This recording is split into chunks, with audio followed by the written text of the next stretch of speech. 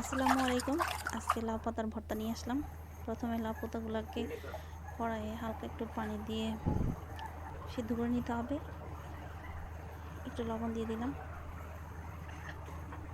হালকা একটু লবণ দিলাম যেন তাড়াতাড়ি সিদ্ধ হয়। একটু পানি দিয়ে দিলাম সাথে, তারপর কাঁচামরিচ দিলাম, পেঁয়াজ দিলাম, রসুন দিলাম সাথে। সব কিছু দিয়ে মিডিয়াম আঁচে একটু সিদ্ধ করে নেব।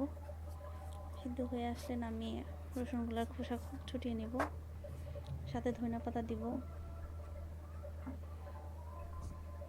খোসাগুলো ভালো করে ছুটিয়ে নেওয়ার পর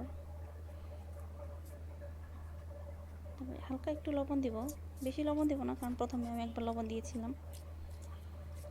ভালো করে মেখে নেব সব কিছু, সাথে একটু ধনিয়া পাতা দিলে টেস্টটা একটু বেড়ে যায়। ভালো করে মাখায় নিতে হবে সব কিছু, তারপর লাউ পাতা সহ একসাথে মাখাইতে হবে। এটা গরম ভাত দিয়ে অনেক টেস্ট, একবার ট্রাই করে দেখবেন, মুখে লেগে থাকবে স্বাদটা। একটু সরিষার তেল দিয়ে দিলাম, তা ভালো করে মেখে নেবেন। ভালো করে মাখলেই টেস্টটা বেড়ে যাবে।